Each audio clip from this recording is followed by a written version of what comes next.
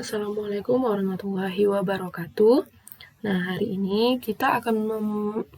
saya akan menyampaikan materi kelima untuk perbankan dasar, kelas 10 akuntansi. Nah, adapun materi yang akan kita bahas pada kali ini yaitu lembaga keuangan. Langsung saja. A. Lembaga keuangan bank. Nah, di sini lembaga keuangan bank ialah badan usaha yang mengumpulkan aset dalam bentuk dana dari masyarakat dan disalurkan untuk pendanaan proyek pembangunan serta kegiatan ekonomi. Kemudian yang kedua, macam-macam lembaga keuangan bank. Nah, lembaga keuangan bank ini dibagi menjadi 3, yaitu yang pertama bank sentral. Nah, bank sentral di Indonesia ini dilaksanakan oleh Bank Indonesia yang memegang fungsi sebagai bank sirkulasi atau yang disebut dengan banker bank. Nah, biasanya pelayanan yang diberikan oleh Bank Indonesia lebih banyak kepada pihak pemerintah dan dunia perbankan. Nah, tujuan utama Bank Indonesia sebagai bank sentral ialah memelihara kestabilan nilai rupiah. Nah, di sini Bank Sentral memiliki tujuan menetapkan dan melaksanakan kebijakan moneter serta mengatur dan menjaga kelancaran sistem devisa. Kemudian yang kedua ada bank umum. Nah, bank umum yang dikenal dengan bank komersial ini merupakan bank yang bertugas melayani seluruh jasa perbankan dan segenap lapisan masyarakat, baik masyarakat perorangan maupun lembaga lainnya. Nah, bank umum dikelompokkan menjadi 2 jenis, yaitu bank umum devisa merupakan yang melaksanakan jasa yang berhubungan dengan seluruh mata uang asing, dan bank umum non-devisa, yaitu tidak melaksanakan jasa yang berhubungan dengan seluruh mata uang asing. Kemudian yang C, bank perkreditan rakyat. Nah, Bank Perkreditan Rakyat atau BPR ini merupakan bank yang khusus melayani masyarakat kecil dan pedesaan. Kemudian B, lembaga keuangan bukan bank. Nah, lembaga keuangan bukan bank ini ialah lembaga keuangan yang melakukan kegiatan di bidang keuangan yang secara langsung atau tidak langsung menghimpun dana, terutama dengan jalan mengeluarkan kertas berharga dan menyalurkan kepada masyarakat, terutama guna membiayai investasi perusahaan. Kemudian, macam-macam lembaga keuangan bukan bank. Nah, yang pertama yaitu pasar modal. Nah, pasar modal di sini merupakan sistem keuangan yang terorganisasi, termasuk di dalamnya bank-bank komersial dan semua lembaga perantara di bidang keuangan serta keseluruhan surat-surat berharga yang beredar.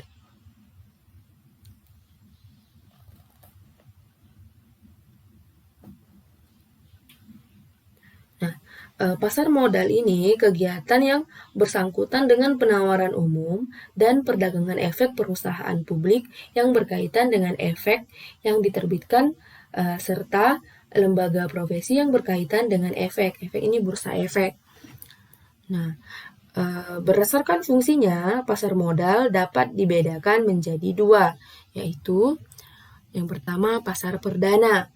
Pasar perdana adalah penjualan perdana efek oleh perusahaan penerbit sebelum dijual melalui bursa efek. Kemudian pasar sekunder. Pasar sekunder ini ialah penjualan efek setelah penjualan pada pasar perdana berakhir.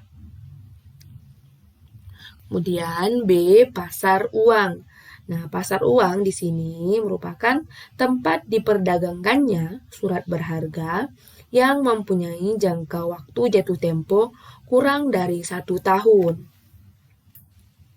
Nah, fungsi dari pasar uang ini ialah sebagai sarana alternatif khususnya bagi lembaga keuangan, perusahaan keuangan, dan peserta lainnya untuk memenuhi kebutuhan dana jangka pendek maupun untuk menempatkan dana atas kelebihan likuiditasnya. Nah, di sini ada beberapa jenis pasar uang. Yang pertama, pasar uang antar bank. Pasar uang antar bank merupakan transaksi penyerahan sejumlah kelebihan dari suatu bank kepada bank yang lain. Kemudian, sertifikat Bank Indonesia atau yang disingkat dengan SBI. Nah, SBI di sini merupakan jenis surat berharga yang dikeluarkan oleh Bank Indonesia selaku bank sentral yang dimaksudkan untuk dibeli oleh bank umum dengan nilai nominal yang sangat besar. Kemudian yang ketiga, surat berharga pasar uang. Nah, surat berharga pasar uang atau yang disingkat dengan SBPU ini ialah surat berharga yang dikeluarkan oleh bank umum dan hanya dibeli oleh Bank Indonesia dengan nominal yang cukup besar. Kemudian yang keempat, sertifikat deposito. Sertifikat deposito ini merupakan semacam surat berharga yang dikeluarkan oleh bank dalam nilai nominal tertentu sebagai surat atas unjuk. Kemudian yang kelima ada pasar valuta asing. Pasar valuta asing merupakan tempat seseorang dapat membeli atau menjual sejenis mata uang atau menukar dengan mata uang rupiah. Adapun nilai tukar uang yang ditukarkan disebut dengan kurs valuta asing. Kemudian yang ketiga atau C ada pinjaman emisi perusahaan efek. Nah, sebagai pinjaman emisi untuk jasa yang diberikan, perusahaan efek mendapatkan underwriting fee yang dihitung dari nilai emisi.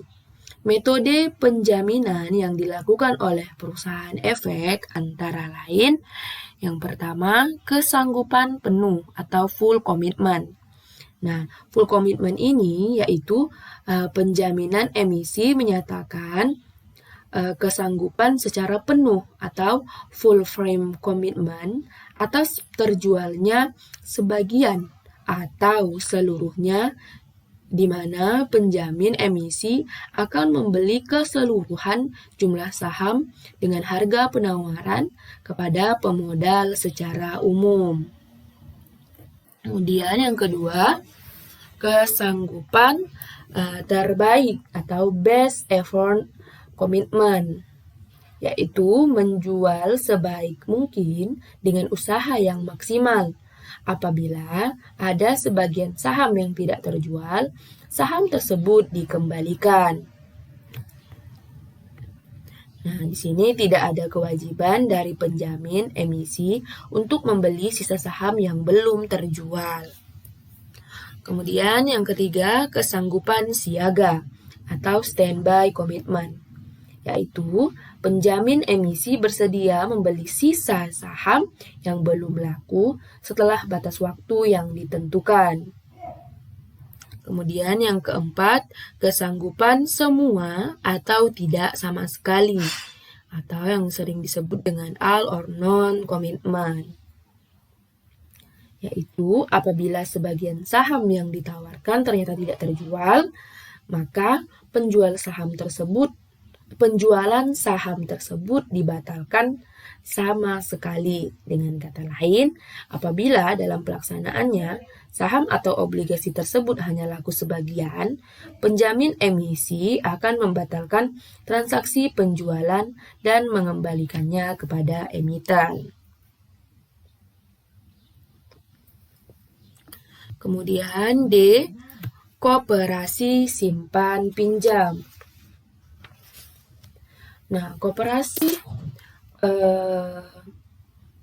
ini yaitu koperasi menghimpun dana dari para anggotanya, kemudian menyalurkan kembali dana tersebut kepada para anggota koperasi dan masyarakat umum.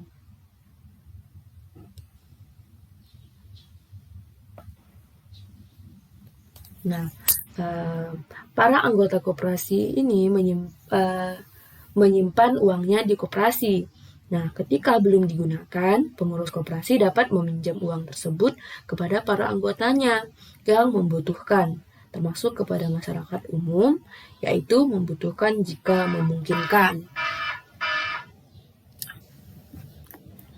Kemudian, perusahaan pegadaian. Nah, perusahaan pegadaian ini ialah lembaga keuangan yang menyediakan fasilitas pinjaman dengan jaminan tertentu. Nah, jaminan nasabah tersebut digadaikan dan kemudian ditaksir oleh pihak pegadaian untuk menilai besarnya nilai jaminan. Nah, besarnya nilai jaminan ini akan mempengaruhi jumlah pinjaman. Kemudian F, perusahaan sewa guna. Nah, perusahaan sewa guna ini atau disebut dengan leasing ialah bidang usaha perusahaan sewa guna lebih ditekankan pada pembiayaan barang-barang modal yang digunakan oleh nasabahnya. Contohnya, jika seseorang ingin memperoleh barang modal secara kredit, pembayarannya dapat ditutup oleh perusahaan leasing. Nah, pembayaran oleh nasabah ini diangsur sesuai dengan kesepakatan yang telah dibuat. Nah, jadi perusahaan leasing ini dalam hal ini lebih banyak bergerak di bidang pembiayaan barang-barang kebutuhan modal. Kemudian yang G, perusahaan asuransi. Nah, perusahaan asuransi ialah perusahaan yang bergerak dalam usaha pertanggungan. Nah, di sini usaha asuransi ini dapat dibedakan menjadi beberapa jenis, yaitu 1. Asuransi kebakaran. Asuransi kebakaran yaitu asuransi yang menutup resiko kebakaran, petir, ledakan, dan kejatuhan pesawat. Kemudian asuransi pengangkutan atau marine insurance. Nah, asuransi pengangkutan ini yaitu pertanggungan akibat terjadinya kehilangan atau kerusakan pada saat pelayaran. Nah, kemudian yang ketiga ada asuransi aneka atau general insurance, yaitu jenis asuransi kegiatan yang tidak dapat digolongkan ke dalam asuransi kebakaran dan asuransi pengangkutan. Nah, asuransi aneka ini meliputi asuransi kendaraan bermotor, kecelakaan diri, pencurian, uang dalam pengangkutan, dan kecurangan. Kemudian ada asuransi jiwa. Asuransi jiwa yaitu suatu jasa yang diberikan oleh perusahaan asuransi dalam penanggulangan resiko yang dikaitkan dengan jiwa atau meninggalnya seseorang yang dipertanggungkan. Kemudian yang kelima ada reasuransi. Maksud saya reasuransi di sini itu salah. Nah, reasuransi ialah pertanggungan ulang atau pertanggungan yang dipertanggungkan atau asuransi yang diasuransikan. Nah, perusahaan reasuransi ini ialah perusahaan yang memberikan jasa dalam pertanggungan ulang terhadap resiko yang dihadapi oleh perusahaan asuransi kerugian atau perusahaan asuransi jiwa. Kemudian yang kedelapan ada dana pensiun. Dana pensiun merupakan perusahaan yang kegiatannya mengelola dana pensiun suatu perusahaan, pemberi kerja, atau perusahaan itu sendiri. Kemudian yang ke-9 ada perusahaan kartu plastik atau kartu kredit. Nah, kartu kredit ini digunakan sebagai pengganti uang tunai dan dipergunakan untuk berbagai keperluan. Perusahaan kartu kredit ini digolongkan sebagai usaha jasa pembiayaan. Kemudian J ada reksadana.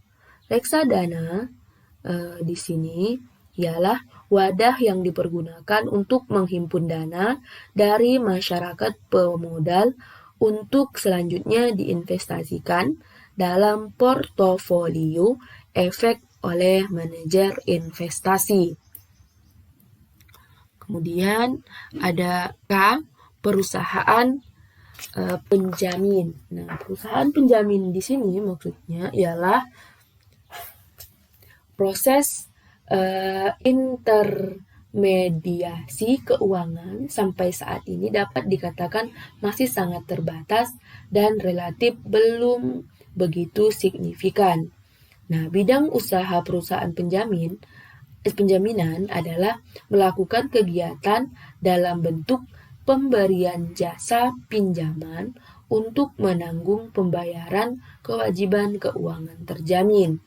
Apabila terjamin tidak dapat memenuhi kewajiban perikatannya kepada penerima jaminan yang timbul dari transaksi kredit, sewa guna usaha, anjak piutang, pembiayaan konsumen, pembiayaan dan pola bagi hasil, dan pembelian barang secara angsuran. Nah, kemudian ada perusahaan modal ventura. Perusahaan modal ventura ini yaitu usaha pembiayaan dalam bentuk penyertaan modal ke dalam suatu perusahaan yang menerima bantuan pembiayaan untuk jangka waktu tertentu. Kemudian yang ke-13 ada perusahaan anjak piutang. Perusahaan anjak piutang ini merupakan perusahaan yang usahanya adalah mengambil alih pembayaran kredit suatu perusahaan dengan cara mengambil kredit bermasalah perusahaan lain atau dapat pula mengelola penjualan kredit perusahaan yang membutuhkannya. Nah, saya rasa sekian dulu materi dari saya untuk materi 5 ini. Dan tugas untuk kalian yaitu simak dan catat di buku catatan. Terima kasih atas waktunya. Wabillahi taufiq wal hidayah. Wassalamualaikum warahmatullahi wabarakatuh.